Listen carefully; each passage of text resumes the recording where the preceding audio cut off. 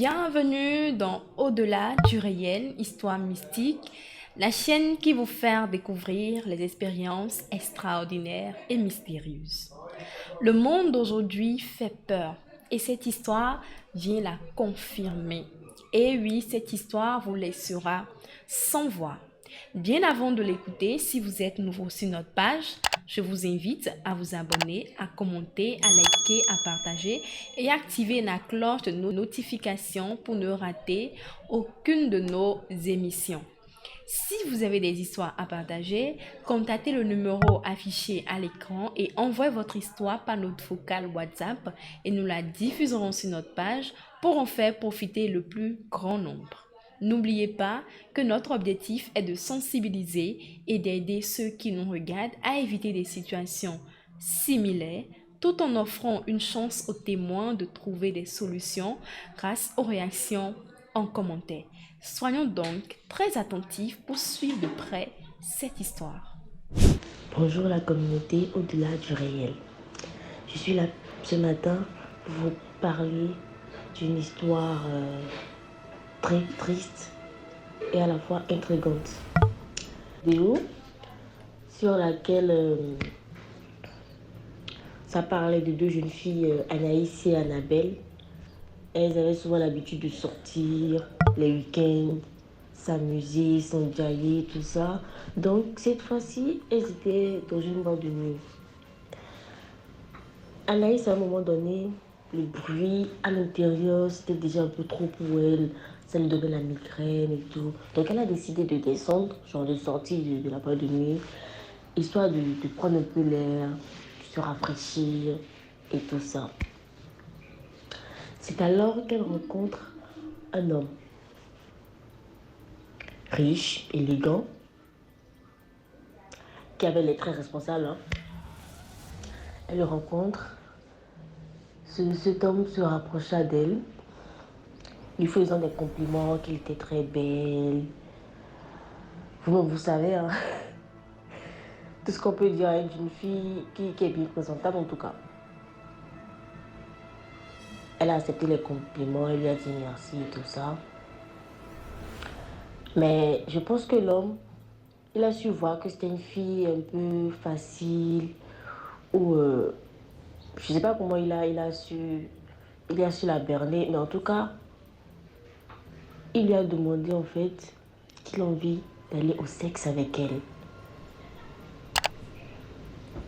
mais sans préservatif. Bon, dès lors, il n'a pas annoncé directement que c'était sans le préservatif. Il a juste dit en fait qu'il voudrait coucher avec elle, qu'il faudrait prendre combien, qu'elle a jusqu'à dire le prix, le montant plutôt, excusez-moi, le montant qu'elle voudrait avoir. Peu importe la somme. Étant très ambitieuse et voilà, elle a dit 2 millions. Le mec a fait ok, mais qu'il faudrait coucher avec elle sans préservatif. Elle s'est pas vraiment posé la question de savoir pourquoi il a insisté, pourquoi elle a voulu que ça soit sans préservatif et tout. Elle a fait ok. Elle a proposé 3 millions. L'homme, il était d'accord.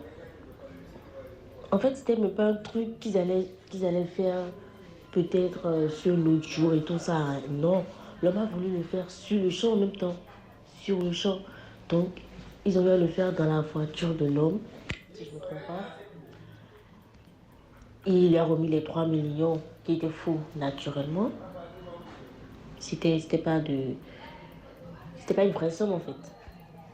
Donc elle est partie, elle a vu sa pote, elle lui a dit.